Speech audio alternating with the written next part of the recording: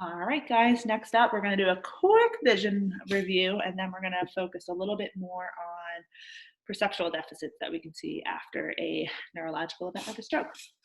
So, vision. Um, you guys are familiar with all of these different types of dysfunctions that can be associated with our visions. I'm not going to spend a ton of time here, but any and all of these can occur after a stroke. And obviously, every single one of them have their own functional implications. If there's any of these that you are a little rusty on, definitely pull them out of your notes. Head, toe, Sullivan, brush up on kind of your comfort level with that. This is just the one thing I did put in here is this picture. I love this picture. You may have seen a version or this picture exactly before. And not only is this, so learn this picture, just know it, trust me. Not just for me, learn this picture for clinical, learn this picture for your boards. It's going to keep popping up. Learn this picture for when you're out and about. So when you're doing that visual field test, you know exactly what you're looking for in terms of what might be impacted based on where this lesion is, whether it's a tumor, a stroke, a brain injury, whatever. This is a grid image to just simply show you that there's a lot of different ways that our visual system can get nicked. Our visual system involves structures from the tips of our eyeballs all the way back to our occipital lobe in order to get from the tips of our eyeballs all the way back to our occipital lobe, we have to travel through the rest of our brain. So it should not be therefore surprising that you don't just have to have an occipital stroke to have visual deficits, because pretty much all, actually, let me think. Yep. Every single lobe has a part of our visual system that travels through, every single one. So every single lobe is fair game: frontal, parietal, temporal, occipital for visual loss. So this is a really important thing to really familiarize yourself with, because it's such an important one. Visual deficits in terms of field cuts is so prevalent after a stroke. But you can also have double vision, gaze palsies, all that. Visual acuity, smooth pursuit, saccades, it's all fair game. So that is why doing a nice, full, comprehensive visual vestibular screen is going to be so important, because every single one of these has functional implications. What I implore you to do is, especially with this, go through each one of them and kind of use your imagination. Why might this be problematic for a patient? Why might this be problematic for a patient?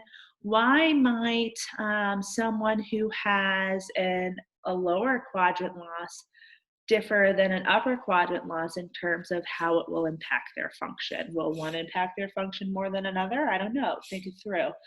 Because that's really where all this matters, right? We do all these tests and measures, and then we have to sort of figure out why we care. So that is where if you're looking for a way to kind of put it all together and make sure you feel comfortable with this information, that's a great place to start.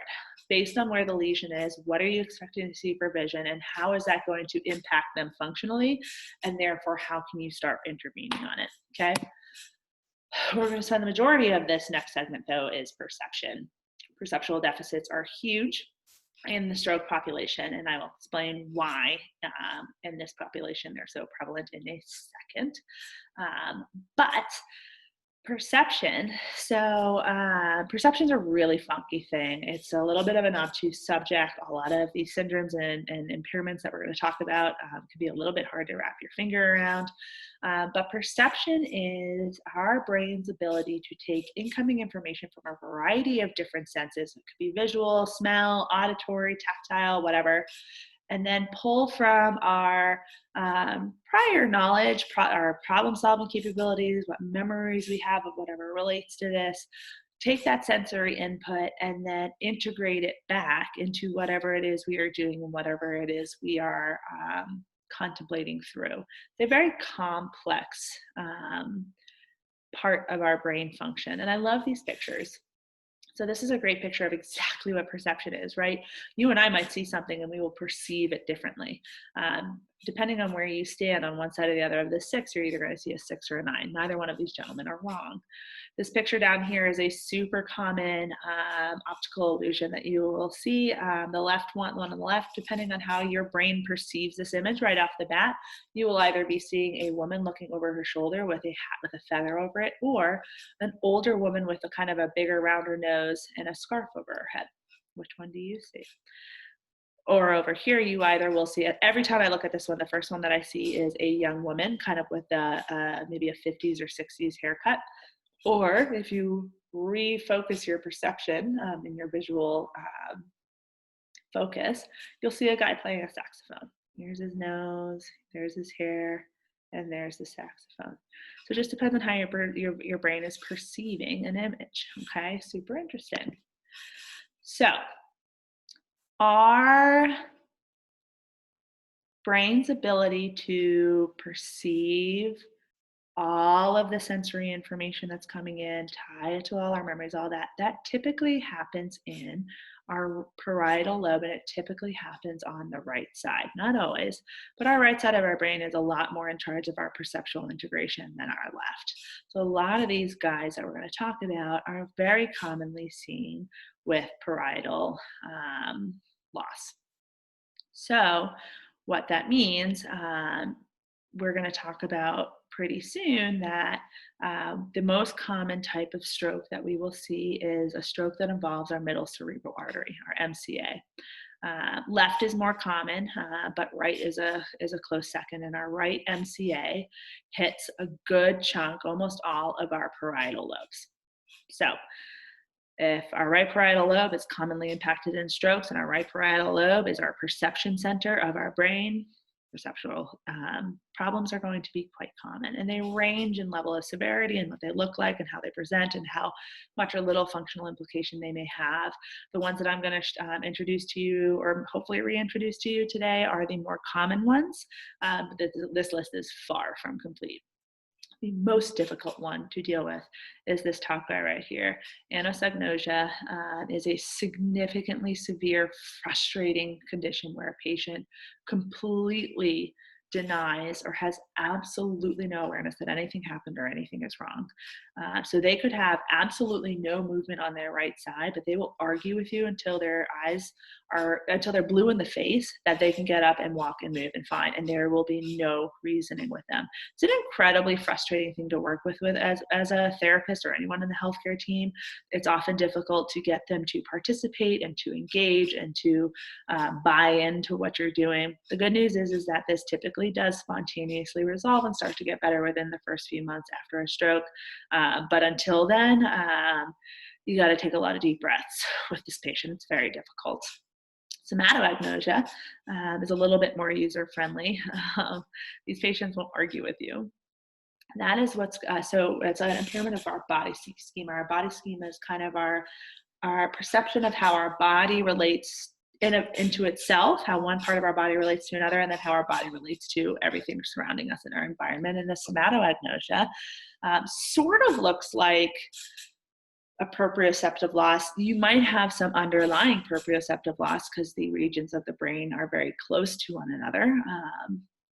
Our primary sensory strip is in our parietal lobe, so not that far off. These guys have so it's a difficulty relating one part of our body to the other, our body to other things in space. And the former is kind of the more noticeable one, where these patients have a really hard time kind of putting it all together with all different parts of our body. They'll have really hard time imitating exercises, mirroring exercises, following specific instructions if you give them instructions having to do with body parts. So you're going to use your arms to push up on the table, and then use your right arm to reach over. They're going to really break down with those type of instructions. If you ask them to point to their elbow, they might point to their ear, things like that. So they're kind of all over the place when it comes to their body and their relationship in of itself. And that's definitely a tough one, because follow the wrong directions, you're not kind of coexisting your body parts to one another as you're doing things. That could easily lead to things like falls and the such. And then here's a bunch of other ones I'm going to list for you. Like I said, this is not a complete list. I could make 6 more slides with that many perceptual deficits on there and probably still not be done, but these are the more common ones that we will tend to see. And I'm not going to read through them. You guys can read through this on your own. Hopefully they're pretty relatively straightforward in terms of what they are based on these bullets. But what I encourage you to do, and if we have time, we'll do this in class too, but as you look through these, kind of think, okay, what might that look like? Like try to picture it. And it's not always easy. And then how might you test it? None of these guys have formal testing. There's no outcome measure or specific, just like, we don't have a big H test for something like this. So how would you figure out if what you are seeing with a patient is due to a perceptual deficit, a cognitive deficit? How might you start teasing that out? It's not an easy thing to do, but there's definitely some ways to do it. So start working through that. And if we don't have time in class with it, or if you want to follow up with me, definitely shoot me an email and ask. I'd be happy to chat you through it because it's definitely an interesting topic. But all of these can really have some functional implications for a patient's ability to reorient into the community, stay safe, problem solve, all that. With all of our perceptual deficits, it's just like a muscle. It's just like strengthening a muscle that was impacted after a stroke. These can all be impacted by the principles of neuroplasticity, by appropriating the best types of cues and feedback and stuff like that. So I don't want you to get too overwhelmed that, like, if you have a patient with a right parietal lesion, that all of a sudden they're just going to be all over the map, and what the heck do you do? Some respond better than others, obviously, like our anosognosia. That's a really difficult one because they just don't buy what you're saying, and that, like, how do you work around that? There's no easy answer. But all of these you can incorporate into your treatment sessions and figure out ways to work on them. So for example, if someone has topographical disorientation and they have a hard time using environmental cues, those patients will often have a really hard time reading a map and following directions like that. Incorporate it into an obstacle course, incorporate it into a object finding task, incorporate it into a longer walk. Don't just take them on 1,000 meter walk around the hospital. Give them something to work on their topographical disorientation. So there's really creative ways that we can work on these just fine. Then we have agnosias. This is kind of an umbrella term, and agnosia is a type of perception deficit where we lose the ability to recognize specific modalities, despite that modality sensory tract in theory being fine. So this is independent. It also might not be. You could also have that modality be impaired, but it's independent of that. So visual agnosia, that's your inability to recognize familiar objects. So if I saw this, I wouldn't know that those are my keys. The most common one that we see is prosopagnosia, is the inability to recognize familiar faces. So this picture is a little creepy, but it's a great representation of kind of what it is. Prosopagnosia, so if your patient's mom walked in the door to his room, you were in there, he wouldn't recognize mom at all. Has no idea who she is. But as soon as mom opens her mouth and uses a different sensory input for this patient, he very well might recognize her right off the bat without being able to recognize her face. So there's some workarounds. And again, it is receptive to being very particular with cues and training and feedback and all that. You can also have auditory agnosia, inability to recognize familiar sounds. So if someone were to ring the doorbell, you might think it was the phone. If your dog was barking, you might think that it's thundering outside. So not being able to distinctly identify sounds is auditory. And then tactile. So this one you guys are definitely familiar with, that stereognosia test, that where you guys put objects in the hand and you're not looking at the feel around, figure out what it is. Stereognosia is your ability to put something in your hand and figure out what it is without looking at it. Astereognosia is when you have difficulties with that. And this is independent of your light touch or your pressure or anything like that. Your brain cannot, your higher order kind of cognitive processes cannot perceive what that sensory input is giving to it. So coins in the pocket is the most common example of this. It's exactly how we test for it. Apraxia. So this one's a tough one. Apraxia actually very commonly comes right alongside aphasia. We're going to talk about aphasia in a minute. Apraxia is an inability to kind of on demand produce a voluntary skilled, already well learned, well demonstrated movement. So for example, if I don't really have anything, the only thing I have to pick up right now is my son's sippy cup. But on my own, I might be able to, without putting much conscious thought into it, pick up my son's sippy cup. But if you said to me, Jill, pick up that sippy cup, I can't do it. I kind of get stuck. And there's two different places that breakdown can happen. And where that breakdown happens, that putting together and kind of conceptualizing and perceptualizing what I need to do and how I need to export my abilities to do a task. Where that breakdown happens is how we label the apraxia. So ideomotor is the breakdown. So you might be able to understand the concept. So if you tell me that you want me to pick up that cup, I can probably talk back to you what I need to do to pick up the cup. So I get the concept. I understand that this cup is here for me to pick up. It's something that I drink out of, that kind of thing.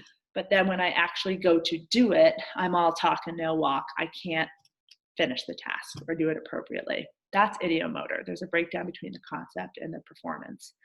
Ideational, on the other hand, is a breakdown way further back in this process, where the actual conceptualization of what to do when you are commanded to do a task is a breakdown. So the better example is moving away from my sippy cup. The better example is if you were to give someone a toothbrush and you were to ask them, Jill, what do you do with this? I would say, if I had ideomotor, I might say, I would bring it to my mouth and I would brush my teeth. And then you asked me to do it and I couldn't do it. I couldn't physically perform the task on command. If I have ideational, you might give me a toothbrush and you would say, Jill, what do you do with this? And I will start combing my hair. So that's kind of where the difference is, where I actually don't even get the concept of the motor task that you're telling me to do. And it can involve an object, it cannot involve an object. You don't have to give them something for this to happen.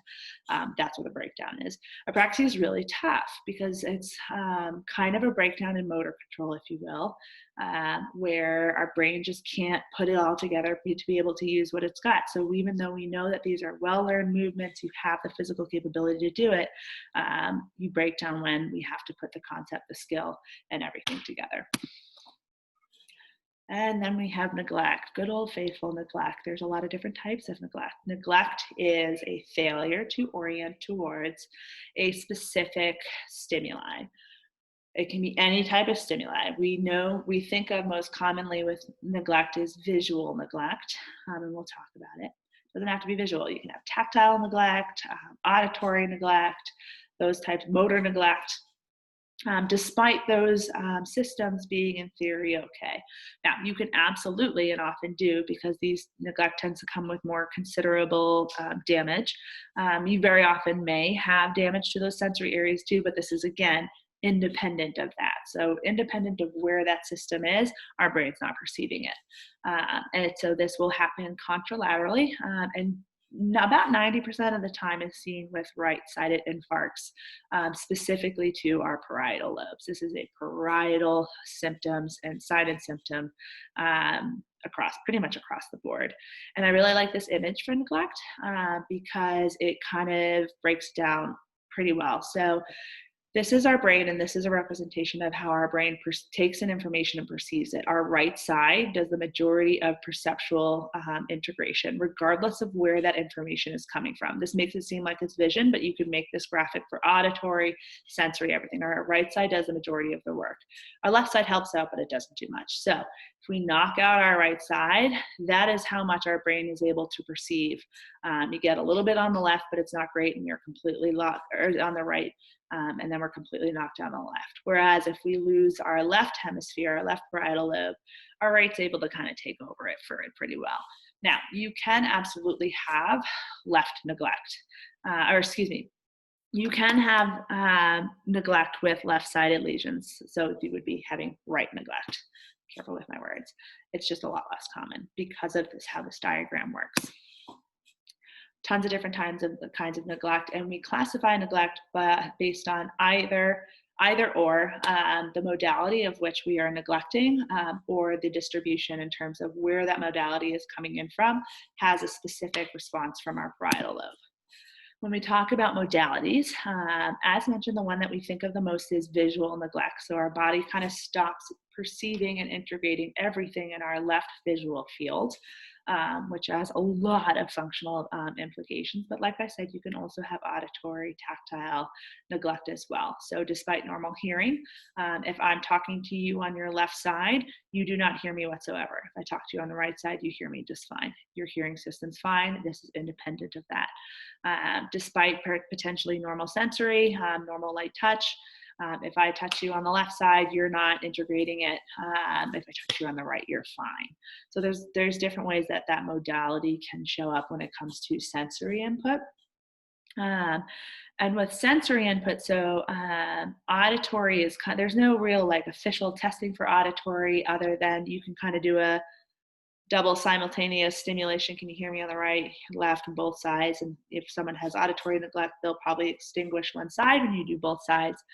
Visual, there's a lot more ways that we can get creative with testing for neglect. So here are 2 examples for you. This is a cancellation test, kind of when we're talking about attention, just used a little differently. So this starts off with just lines on the page, and you tell the patient to cross off every single one. So you will notice this patient flat out stops as soon as they hit midline. They are not perceiving that there is any other visual cues, any other things, lines for them to look at to cross out.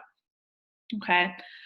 This is another example where they are given a drawing, usually it's a clock or a house, and they're asked to copy that drawing, and this person is really unable to visually integrate anything on the left side, so they draw half of the house.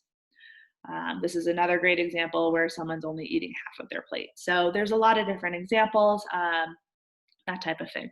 You can also have motor neglect. So despite having potentially normal motor output, that you just simply cannot, you do not use that arm, you cannot use that leg.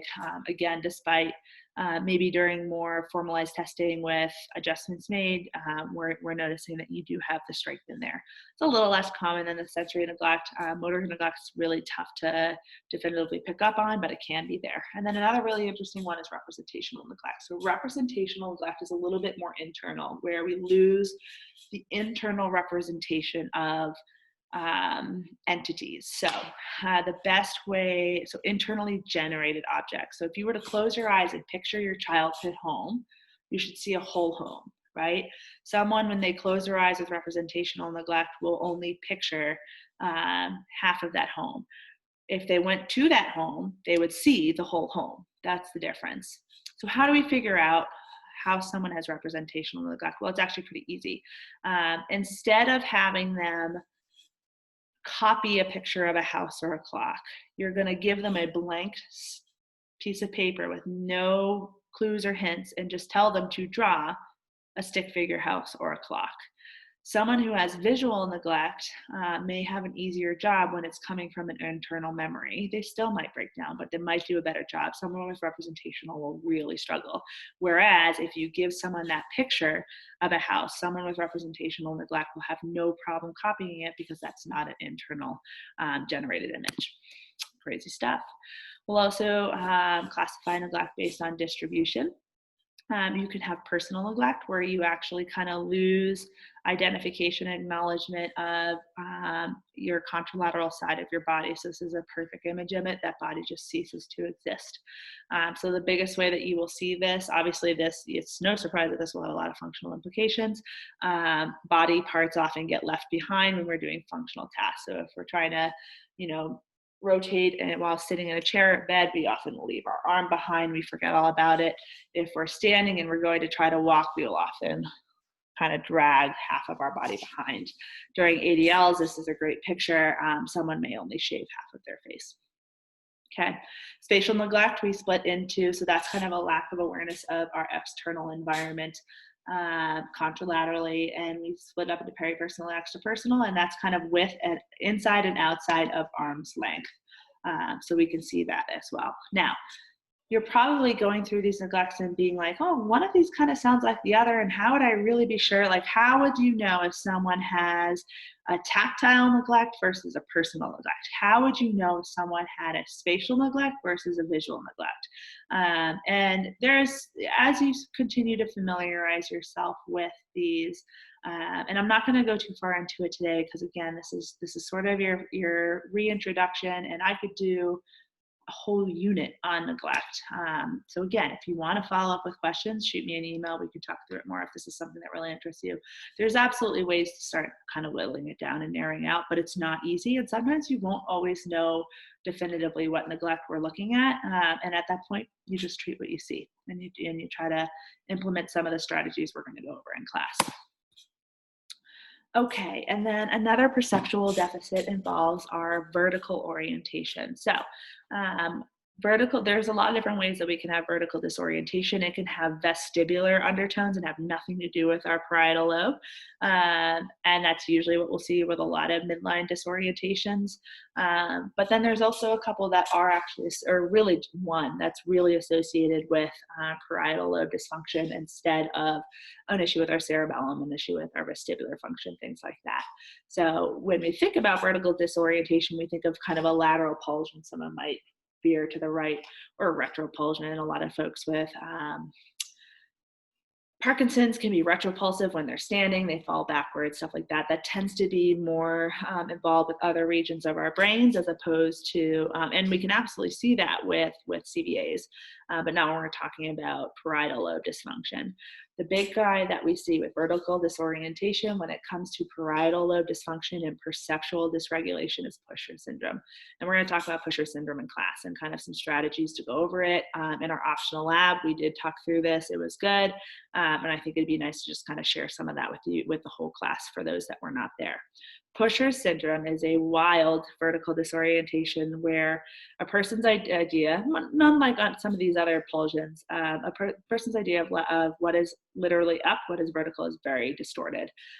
They are not being able to perceive visual, sensory, vestibular input to tell them when they're straight. And they actually think that when they're straight, they're falling over. So what they try to do is so this is very frequently, if not universally, seen with some pretty profound contralateral weakness as well. This is seen with more severe strokes, a lot of times right alongside some pretty good unilateral visual neglect too, to really spice things up for you. But just like this picture shows. So if I had a right parietal lesion, I have left hemiplegia, I think that my straight is actually over to my left, whereas vertical, I feel like I'm falling to my right side. So I use my right side to try to correct myself and push myself over. That's where the pushing comes from. And there's no reactionary strategies. They do not realize what they are doing. They will do it in all upright positioning. Huge fall risk, huge fall risk, huge fall risk. Interestingly, though, these patients can, without much need for visual or external cues, appropriately orient their head to vertical. I'm not entirely sure why, but that's a really clear-cut way to distinguish between maybe just a straight, I mean, the pushing should also give it away. A lot of times people with lateral pulsions aren't actually pushing themselves over. But if you're not sure, someone who has vestibular dysfunction will not be orienting their head back to vertical easily, whereas someone who has Pusher syndrome does. So we are going to talk about Pusher syndrome a little bit in class and give you some strategies on what the heck to do about that one, because that one is tricky. All right, we're going to pause here. When we come back, we're going to talk about some cognition stuff that we see with CVA and some language. See you there.